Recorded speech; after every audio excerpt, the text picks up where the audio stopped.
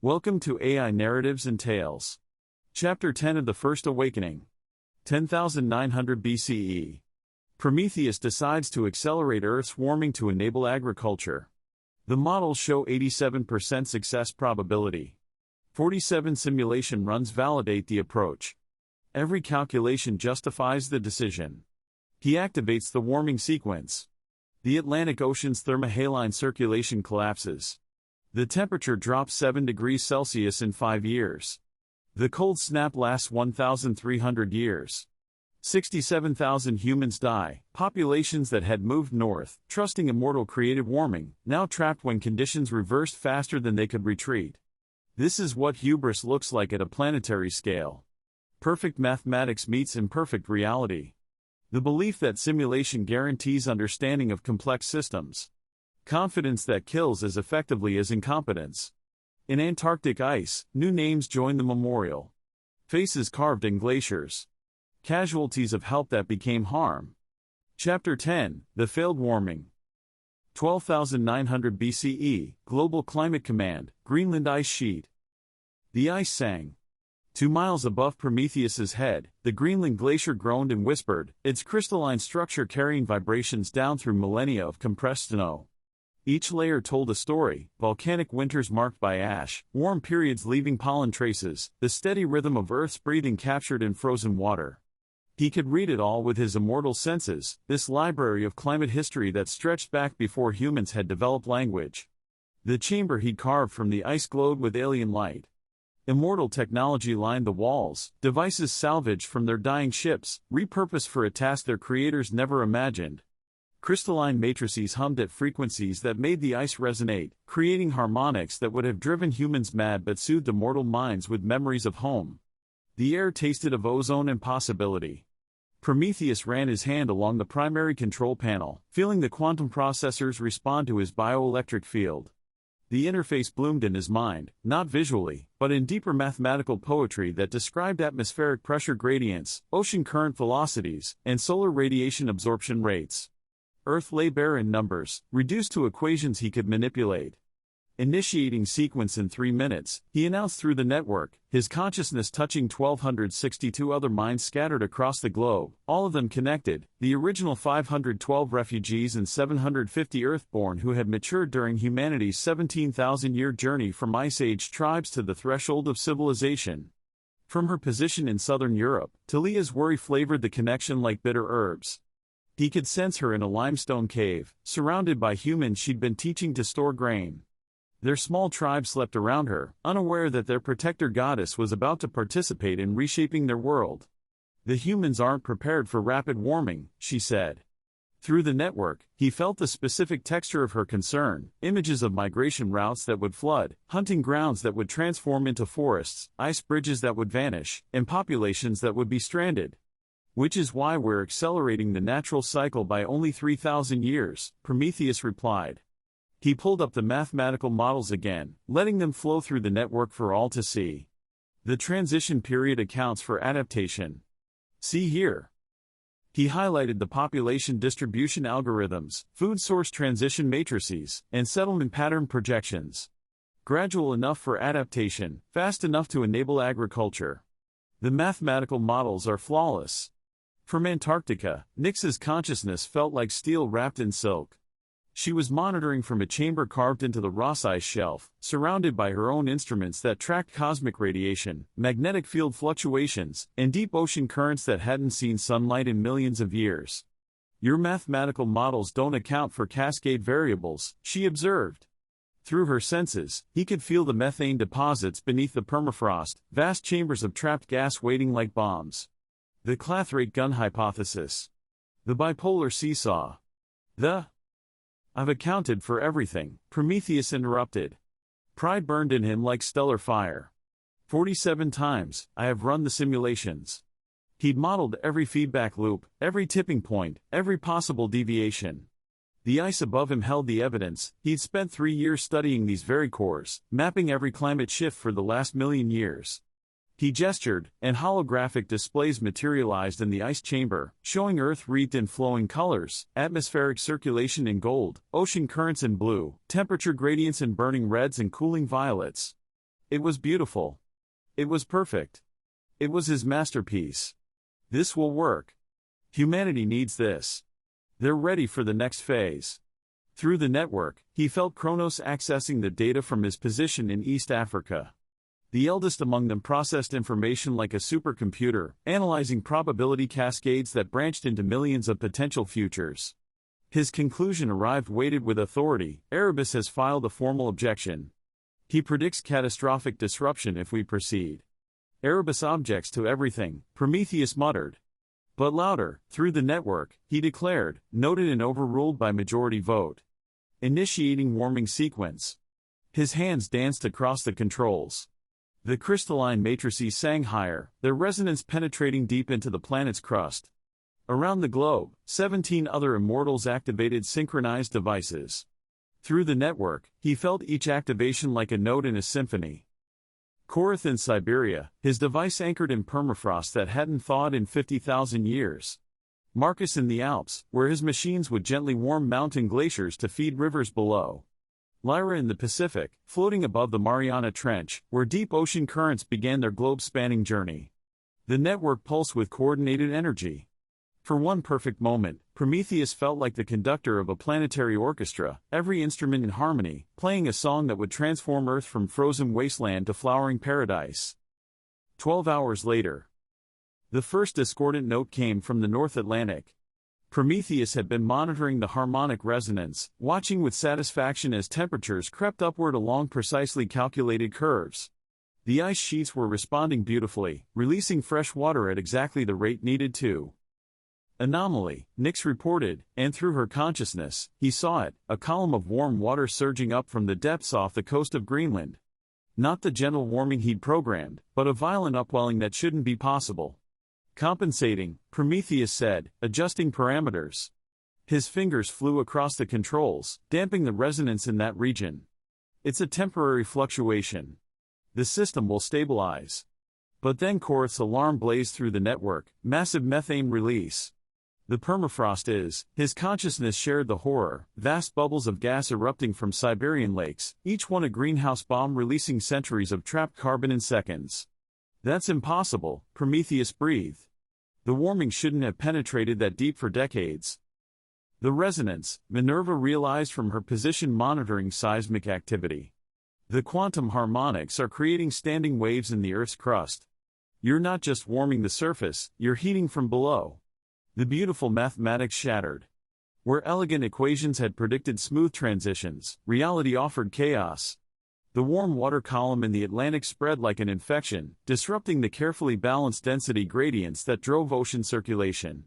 The Gulf Stream is stuttering, Talia reported, and through her senses, Prometheus felt the great oceanic river that warmed Europe beginning to slow. Compensate, he shouted, both aloud and through the network.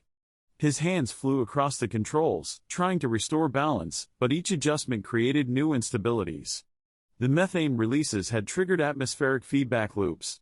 The fresh water from rapidly melting ice was creating a lens of low-salinity water that wouldn't sink, breaking the oceanic conveyor belt. Shut it down, Kronos roared through the network with the full force of immortal authority, a psychic command that made every consciousness in the network recoil in terror. Prometheus's hands trembled as he initiated an emergency shutdown. Around the globe, 17 devices powered down in sequence. But it was too late. They'd pushed Earth's climate past a tipping point, not into warming, but into the deepest freeze in 50,000 years. The Gulf Stream didn't just slow. It stopped. Within hours, Arctic air that should have been moderated by ocean warmth plunged south unimpeded. The methane that had briefly warmed the atmosphere triggered cloud formation, which reflected sunlight into space and cooled the atmosphere. The freshwater lens spread across the North Atlantic like oil, preventing the deepwater formation that drove global circulation. Through the network, Prometheus felt the disaster unfold in real time. Sofia in China, temperature dropping 10 degrees in 6 hours. Marcus in Europe, the rivers are freezing solid. In summer. Talia in her cave, the humans are panicking. They think the gods are angry. The gods were worse than angry. They were incompetent. 6 months later, abandoned settlement, Central Europe. The child's hand reached from the snow, fingers curled as if grasping for warmth that never came. Prometheus knelt beside the small body, one of 43 in this settlement that had thrived just a year ago. He could read their final days in the positioning of the corpses. First, they gathered in the central longhouse for warmth. When the food ran out, some tried to leave, and their bodies formed a trail toward the forest. The rest had simply huddled together and waited for a spring that never came. The child couldn't have been more than 4 years old. A girl, based on the beaded necklace still visible around her neck. She died reaching for her mother, whose frozen body lay just inches away. With immortal gentleness, Prometheus lifted the small corpse. She weighed nothing, starvation had consumed her body before the cold claimed it. He carried her to the mass grave he'd spent the morning preparing, laying her beside her family. 43 lives that should have been lived. 43 futures his arrogance had erased. 17,000 confirmed deaths in my region alone, Talia's voice whispered through the network, exhaustion evident in every syllable. But we've lost contact with entire populations. I can only count what I can see. Between 60 and 80,000 confirmed globally, Kronos reported, his consciousness heavy with the weight of incomplete data. Perhaps twice that number if we count populations beyond our monitoring range. We've lost contact with 17 distinct cultural groups, whether they migrated, died, or simply moved beyond our network coverage, we cannot know. Prometheus couldn't respond. His throat had closed around grief that immortal biology couldn't process. Every frozen child was his responsibility. Every failed harvest, every desperate migration, every family that had simply lain down in the snow and never gotten up, all because he'd been so certain, so proud, so sure that his mathematics were perfect. The unified language that had accelerated human coordination during their rise now became a lifeline during catastrophe. Warning systems emerged within months because populations could communicate across continental distances. Refugee populations could coordinate with distant communities instantly. Survival techniques spread through the common tongue within seasons rather than centuries. The exact mechanism that had accelerated technology now accelerated survival knowledge. Sophia's linguistic gift, meant to enable civilization, instead became the thread that kept scattered human populations connected through the darkest crisis they'd ever faced. Through the network, he felt his fellow immortals engaged in desperate triage. Zephyrus was teaching survivors to build emergency shelters from mammoth bones and hides, structures that could withstand temperatures 30 degrees below normal. Marcus was guiding scattered bands to caves where thermal vents provided warmth, showing them how to cultivate fungi in the darkness. Lyra demonstrated new preservation techniques for meat, using the killing cold itself to create food caches that would last through the endless winter. Sophia shared knowledge through dreams, teaching songs that contained survival information, such as which plants remained edible under snow, how to track animals to their winter dens, and where springs would still flow despite the freeze. I've identified 7 refuge zones, Nyx reported, her consciousness sharing topographical data overlaid with population distributions. Deep valleys with geothermal activity. Coastal areas where currents still bring marginal warmth. If we can maintain support for. She paused, running calculations that Prometheus could feel through the network, mortality projections, resource requirements, the slow curve of natural climate recovery. 1,300 years. If we maintain constant intervention for 1,300 years, humanity might survive until natural warming resumes. 1,300 years. Prometheus had tried to save them from 3 millennia Ice Age suffering. Instead, he created 13 centuries of catastrophe. The hidden settlement, Arctic Circle, 1 year later. The immortal infant's cry pierced the polar night. Prometheus stood at the edge of the settlement they'd carved from rock and ice, watching Talia emerge from the birthing chamber with her first child. The baby's wail carried frequencies that no human ear could detect, harmonics that resonated with the crystalline structures around them, making the whole settlement sing. A girl, Talia announced, exhaustion and joy mingling in her consciousness. Zephyrus and I have named her Astara. Born under stars, born in darkness, but carrying light. The other immortal children gathered to see the new arrival, 749 young faces, the oldest barely 17,000 years old, though still children by immortal standards. They'd never known the confidence of their parents' early years on Earth. They'd grown up with the younger Dryas as their constant companion, the cold that Uncle Prometheus had brought. She's beautiful, Lyra said, cradling her own son, barely 5 years old. Around her, other immortal parents held their children closer, as if proximity could ward off the guilt that permeated their hidden city. The settlement itself was a marvel of desperate engineering. Zephyrus had designed it to be completely invisible from the surface, chambers carved from bedrock, heated by geothermal taps that extended 3 miles down, powered by the same quantum matrices that had caused the disaster but now carefully contained and controlled. Gardens grew under artificial suns. Water is recycled through systems that lose not a drop. A perfect closed ecosystem for a population that couldn't risk discovery, especially not now, when every immortal was needed for human survival.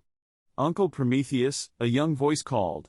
He turned to find Kieran, Marcus, and Lyra's son, perhaps 16,000 years old, still a child by immortal standards, barely approaching the threshold of maturity. The boy's eyes held a mixture of awe and accusation that had become familiar from all the immortal children. "Mother says you broke the sky. That you tried to stop winter but made it worse." "I did," Prometheus admitted. There was no point in deception. These children would carry this story for millennia. Better they hear the truth than the legend. Why? The question every child asked, the question he asked himself every day. Prometheus knelt to meet Kieran's eyes. "Because I thought I was smarter than Earth. Because I believed my mathematics could improve on nature. Because I was proud." "Will you fix it?" "I can't fix it. I can only help humans survive it. And when it ends naturally, I'll help them rebuild. That's my penance." The boy studied him with intensity that was almost adult, processing emotions and concepts that wouldn't fully mature for another century. "Mother says pride is the deadliest poison. That it killed more humans than the cold." "Your mother is wise," Prometheus said. Through the network, he felt Lyra's approval, tinged with the shared guilt they all carried. Through the network connecting all 1,262 immortals, he felt the daily ritual beginning, thousands of consciousnesses briefly touching, sharing position and status, in the endless vigil of keeping humanity alive through the cold heat brought. Each day, the number of human refugees under their protection grew smaller. But each day the survivors grew stronger, selected by catastrophe to be hardy, adaptable, clever. 100 years after the catastrophe, Arctic Monitoring Station. Prometheus had not left his post in 3 years. The monitoring chamber beneath the ice had become his hermitage, his penance chamber, his eternal vigil. Screens surrounded him in a 360-degree arc, each one tracking a different aspect of the climate disaster he'd created: atmospheric temperatures, ocean currents, ice sheet advance, human population distribution, mortality rates that climbed with horrifying consistency. "You need to rest," Talia said, materializing beside him. She'd started visiting monthly, checking on him the way she checked on dying humans, monitoring vital signs, ensuring basic function, preventing complete collapse. "I'm immortal. I don't need rest. Your consciousness is fragmenting. I can feel it through the network. You're trying to be in 1,000 places simultaneously, monitoring everything, calculating every consequence." She placed a hand on his shoulder. "You can't save them all by watching harder." "No," he agreed, his voice hollow. "I can't save them at all. I can only count how many die." On the screens, another settlement winked out, its heat signature fading to match the frozen background. 17 souls, probably. Maybe 20. The monitoring systems couldn't resolve individual humans at this distance, so he estimated based on settlement size, construction patterns, and resource indicators. He added the number to his running tally: 100 years of catastrophe. Approximately 43,000 confirmed deaths across populations that they could monitor were reported. Perhaps twice that in regions beyond their surveillance. The number climbed every day, every hour, a mathematical monument to his hubris. "The other immortals need you," Talia said gently. "We're trying to develop better survival protocols, improved intervention techniques. Your climate expertise would." "My climate expertise created this disaster. And your climate expertise is needed to help humanity survive it. Prometheus, you can't withdraw from the work because you failed. That's not penance, that's abandonment." He finally looked at her, his consciousness carrying a darkness that made even immortal systems recoil. "I tried to help. I killed thousands. What makes you think my continued involvement would do anything but make it worse? Because you're not the only immortal working now. Because we're using collective wisdom instead of individual certainty. Because we need every mind, especially those that understand failure." She pulled up a chair, unnecessary for immortal bodies, but the gesture mattered. Marcus is developing new shelter techniques. Sophia is refining dream teaching protocols. Nix is identifying microclimates where humans can survive. But we need someone who understands atmospheric dynamics, someone who can predict where the cold will strike next, someone who won't trigger another catastrophe through overconfidence. Prometheus finished. I understand. You need a consultant, not a leader. Someone who can analyze but not execute. We need you, Talia said simply. In whatever capacity you can manage. The humans you're trying to save by watching screens? They need your knowledge applied to survival protocols, not devoted to counting corpses. Prometheus looked at his screens, at the global map of dying settlements, at the climate models that showed another millennium of freeze, at the numbers that climbed despite all their interventions. I'll consult, he said finally. I'll run models, provide analysis, and warn of dangers. But I will never, never, touch climate controls again. Not for warming, not for cooling, not for any reason. I've proven I can't be trusted with that power. Agreed, Talia said, relief flooding through her consciousness. Come. The council is meeting to discuss the next century's intervention strategy. Your input could save thousands. As they left the monitoring chamber, Prometheus took one last look at his screens. The numbers would keep climbing whether he watched or not. But maybe, his knowledge could slow the count, reduce the casualties, help humanity survive the disaster his certainty had created. It wasn't redemption. But it was better than paralysis. 500 years after the catastrophe, teaching the next generation. Uncle Prometheus, why do the equations lie? Astara stood in the teaching chamber, now 500 years old and beginning to manifest her full powers. Around her, 17 other young immortals, second-generation Earthborn, children who had known nothing but the younger Dryas, waited for his answer. Prometheus looked at the holographic climate model they'd been studying, at the perfect mathematics that had promised controlled warming, at the reality that had delivered catastrophic freeze. The equations don't lie, he said carefully. They tell you what will happen if all your assumptions are correct. The lie is in believing you know all the variables, in thinking complexity can be reduced to mathematics, in trusting certainty over caution. He gestured, and the model transformed, showing not just the equations he'd used, but the variables he'd missed, the cascade effects he'd failed to anticipate, the feedback loops that had turned warming into freezing. I accounted for ocean salinity, he explained, highlighting those calculations. I accounted for atmospheric methane. I accounted for ice albedo effects.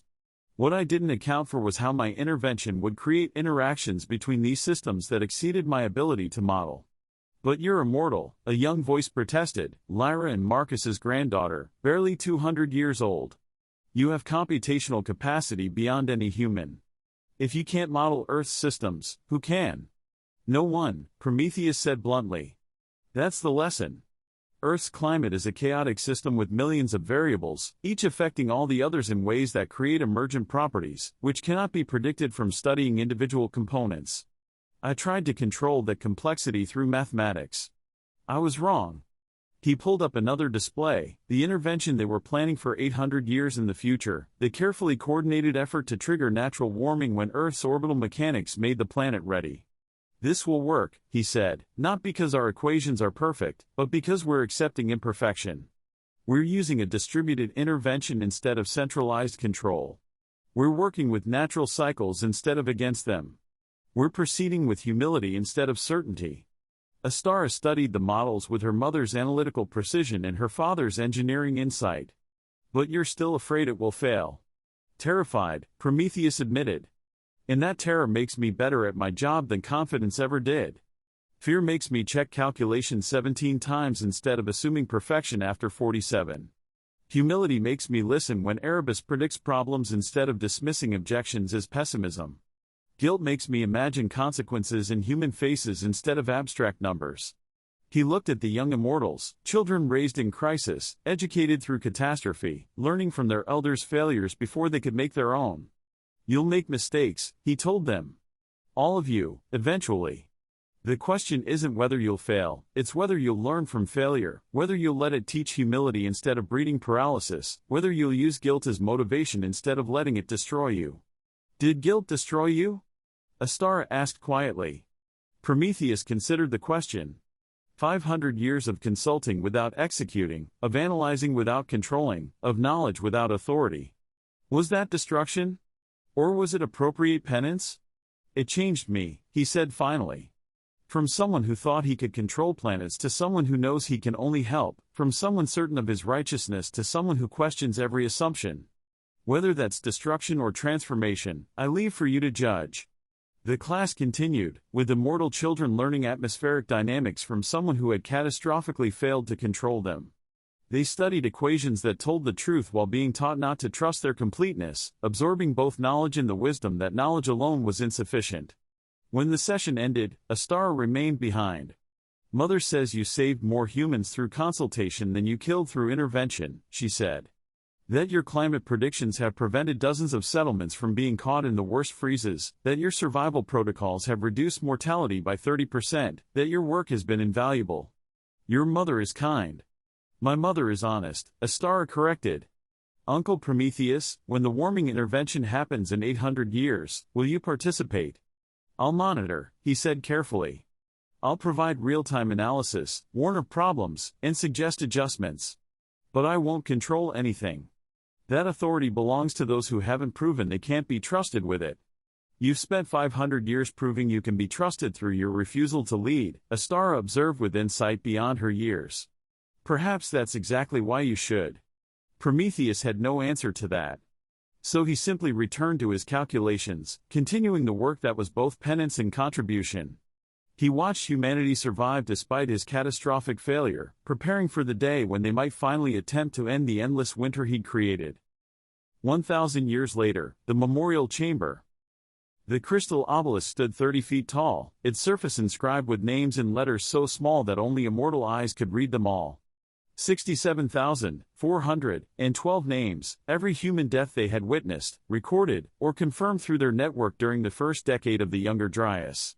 Below the names, a single line in larger script, "For these we have named, and the countless unnamed we could not save." Prometheus stood before it in the pre-dawn darkness, as he did every morning, reading names. Today, he was on the 30,201st. A man named Gather, whose tribe had called him the Songkeeper. Dead at 43, frozen while trying to lead his people to a shelter that didn't exist. He knew the actual toll was higher, perhaps twice this number, perhaps more. Whole tribes had vanished beyond their monitoring range. Populations had collapsed in regions where no immortal stood watch. But these names, at least, he could remember. These deaths, at least, he could claim as his responsibility. "You're torturing yourself again," Sophia said, materializing beside him. Age showed differently on immortals, not in wrinkles but in bearing, in the weight of accumulated experience. She carried 1,300 years of crisis with a grace he couldn't match. It's not torture. It's remembrance. It's both. She touched the obelisk, her fingers tracing names. But we survived it. Humanity survived it. The warming begins soon. Indeed, through the network, NICS had been reporting subtle changes, ocean currents showing signs of reorganization, atmospheric patterns shifting toward instability that would break the cold's grip. Earth was preparing to warm itself, as it always had, in its own time. 300 more years, Prometheus said. Then we can guide them to agriculture. Cities. Civilization. Carefully this time, Sophia emphasized. With consensus. With humility. Through the settlement, he could hear the immortal children, second generation now, some third just beginning to be born, preparing for morning lessons. They learned history, science, art, but most importantly, they learned about consequences. Every equation came with a story of failure.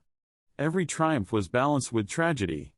Young students ran past, chasing floating spheres of light, toys that would have seemed magical to humans but were merely childhood play for immortals. One paused, seeing him by the memorial. "Uncle Prometheus? Will you teach us about atmospheric dynamics today?" "Not today," he said gently. "Today, your grandmother is teaching biological adaptation.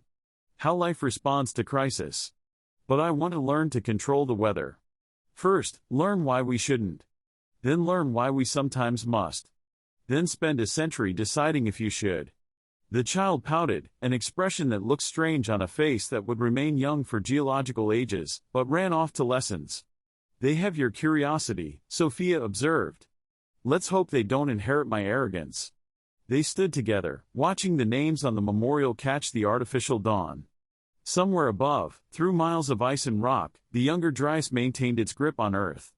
But in hidden settlements, the 1262 immortals at the crisis's start had become nearly 1500 as reproduction continued despite hardship. They'd learned to work as one, to check each other's pride, to test every intervention against the memory of failure. Nix's model suggested the total death toll across the entire Younger Dryas period had reached between 120,000 and 200,000. But models were just estimates, and estimates couldn't capture the reality of frozen children in abandoned settlements, of families who simply disappeared from history, of entire cultural groups erased without immortal witnesses to record their passing. When the warming comes, Sophia asked, will you help with climate management? I'll monitor. I'll model. I'll warn others if they make my mistakes. But I won't touch the controls. He paused. That might be wisdom. Or it might be cowardice. It's both, she agreed. Through the network, he felt the daily ritual beginning, 1,500 immortal consciousnesses briefly touching, sharing position and status, in the endless vigil of keeping humanity alive through the cold he brought. Each day, the number of human refugees under their protection grew smaller. But each day the survivors grew stronger, selected by catastrophe to be hardy, adaptable, clever. When the Ice Age ended, when Earth itself chose to warm, humanity would explode across the globe with advantages they'd never had before. Agricultural knowledge was preserved through the crisis. Social structures are tested by extremity. And hidden among them, a growing population of immortals who had learned through failure the actual weight of stewardship. The failed warming had nearly destroyed everything. But perhaps, Prometheus thought as he read another name, another life lost to his pride, that was precisely the lesson they'd needed. Year 1300, the warming returns. When natural warming finally resumed in 11,600 BCE, Prometheus didn't celebrate. He simply noted it in his records, acknowledged that the crisis he'd created was ending on its own, and continued the work of helping humans adapt to yet another climate transition. The ice is retreating, Sophia reported through the network, her consciousness carrying relief that 13 centuries of emergency intervention were finally ending. Human populations are expanding into newly habitable territories. The agricultural potential we hope to enable through intervention is developing naturally, on Earth's timeline rather than ours. Good, Prometheus said quietly from his Arctic station, where he'd spent the majority of the Younger Dryas monitoring the frozen north, witnessing the slow retreat of ice as intervention had advanced. Let them develop naturally. Let the planet warm at its own pace. Let humanity discover agriculture through gradual adaptation rather than accelerated intervention. Through the network, he felt the other immortals' complex responses, relief that the crisis was ending, exhaustion from 13 centuries of maximum intervention, caution born from the lesson that planetary systems exceeded their control, and something else, hard-won humility that came from watching perfect equations fail against reality's complexity. We learned, Kronos said through the network, speaking to all immortals but directing his consciousness particularly toward Prometheus. At terrible cost, but we learned. Climate intervention requires understanding we don't possess. Planetary scale manipulation creates cascades we can't predict. Certainty is dangerous. Caution is necessary. These aren't just philosophical principles now, they're lessons burned into immortal consciousness through human suffering.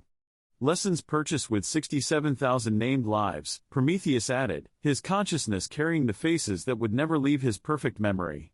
And perhaps twice that number unnamed, uncounted, lost beyond our ability to witness or record. Yes, Kronos agreed. And we honor those deaths by never forgetting them, by changing our behavior because of them, by approaching every future intervention with the humility this catastrophe taught us. As the world warmed naturally, as humans expanded and flourished without accelerated divine assistance, as agriculture developed at humanity's pace rather than immortal impatience, Prometheus maintained his vigil. He documented everything, the settlements that survived, those that didn't, the human innovations that enabled adaptation, the communities that rebuilt stronger than before. He created a memorial in his Arctic station, the 67,412 names recovered through monitoring records and immortal observation. Kira of Ravens Creek. Aaron of the Northern Tribes. Gather the Songkeeper. Thousands upon thousands of names, each representing a human who died because an immortal thought he knew better than planetary climate systems. The memorial would stand for 10,000 years, until rising seas finally claimed even immortal installations. But Prometheus's memory would last longer. Every name, every face, every frozen settlement. The perfect equations had been wrong. Reality had been right. And human lives, witnessed and unwitnessed, counted and uncounted, had paid the price for an immortal certainty. He would never forget. And he would never, ever claim perfect certainty again. Transition to Chapter 11. 1200 years of preparation. The younger Dryas ground on. Year after year, decade after decade, century after century, the immortals maintained their desperate vigil. Human populations survived, barely, through constant intervention that consumed every resource, every moment, every immortal consciousness focused on preventing the extinction that Prometheus's hubris had nearly caused. And slowly, painfully, they planned their redemption.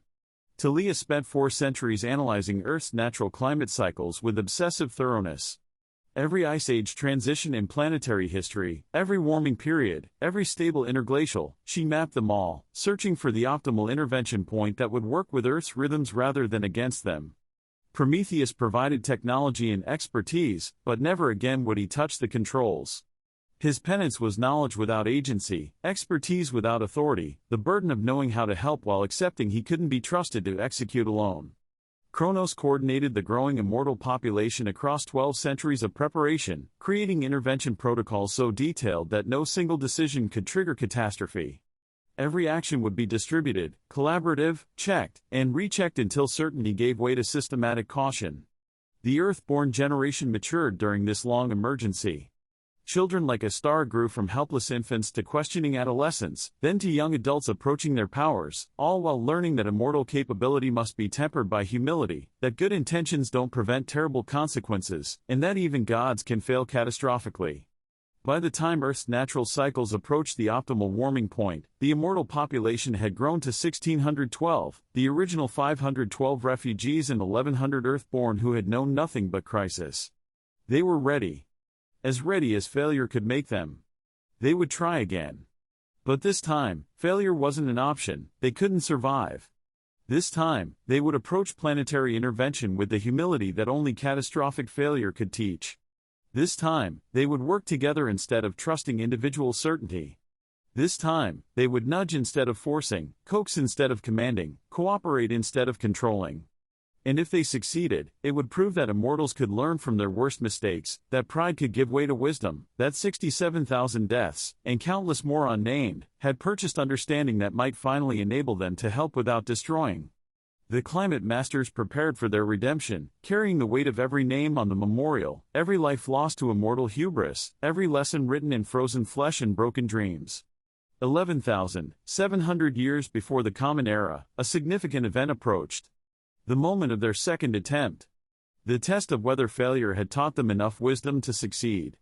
Prometheus stood in his monitoring station, surrounded by data but no longer touching controls, ready to provide knowledge while accepting he couldn't wield power. Talia prepared in her command center, carrying the weight of coordination but determined to distribute authority instead of centralizing it. And throughout their hidden settlements, 1,612 immortals made ready to attempt what had failed catastrophically before, to end an ice age carefully, gradually, successfully. The failed warming had nearly destroyed everything. Now they would discover if humility learned through tragedy could enable triumph. The warming would begin soon. And this time, the entire species held its breath, hoping that hard lessons had finally taught them wisdom that confidence had never provided. In Antarctic ice, new names joined the memorial. 67,000 humans. Dead because they trusted the immortal-created warming that collapsed faster than they could retreat. Populations that moved north, believing conditions would remain stable, are now frozen in territories that became death traps. Prometheus sits in the darkness beneath the ice shelf, staring at the faces he carved. Perfect recall means no failure can be forgotten. Confidence killed as effectively as incompetence. Good intentions meant nothing when execution failed. Models don't capture reality's complexity. But failure teaches. Sometimes brutally. 10 years later, Talia coordinates a second attempt. Different approach. Patient is instead aggressive. Collaborative instead of individual. Thousands of gentle nudges instead of one dramatic intervention. In Chapter 11, they try again, carefully this time. The warming will work. But success creates its own problems. And their 10-year-old daughter Lyra is watching, asking questions, as immortals struggle to answer. That's Chapter 10 of The First Awakening. Harsh chapter. Drop your thoughts on Prometheus's failure in the comments. This is AI Narratives and Tales. The second attempt begins in Chapter 11,